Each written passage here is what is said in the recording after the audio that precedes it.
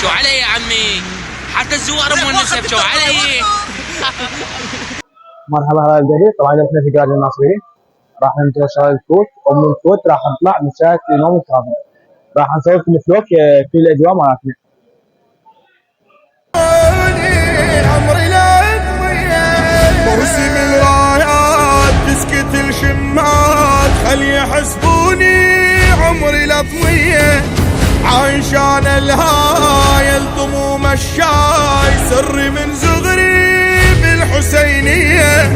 موسم الرايات تسكت الشمات، خلي يحسبوني عمري. مرحبا هلا قلبي. طبعا بعد مرور ساعتين من الناصرية وصلنا إلى مرقد سعيد ابن جبير، خليكم ويانا راح نواصلكم بكل الأجواء في داخل المرقد. واسمع قاية خلي يحكي ما يقبل ويكثر الكلام، ما جاوب امثاله بس كلمة سلام. يا قلبي مفصلين من خيوط الخيام، يا قلبي مفصلين من خيوط الخيام. عمري لو لحظات يمضى ريح يبات، عمري لو لحظات يقضي الحسيني، جروحه احلى جروح يما يحلى النوح، جروحه احلى جروح تكبر بعيني.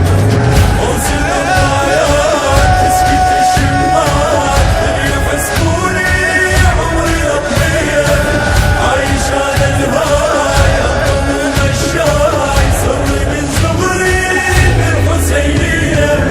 حرصي من الخوف لو عثرت جفوف، حبه يحييني بنرحل جنازه، لو احس تعبان واقف وهلكان، الزم الصوره الحيل عكازه، اتنفس بحروفه معيش للحنين، سئلاني على نفاسي وجاوبت الحسين، للمجلس حتى الضم مخلوق اليدين، للمجلس حتى الضم مخلوق اليدين، مثل ماكو اثنين هو بس.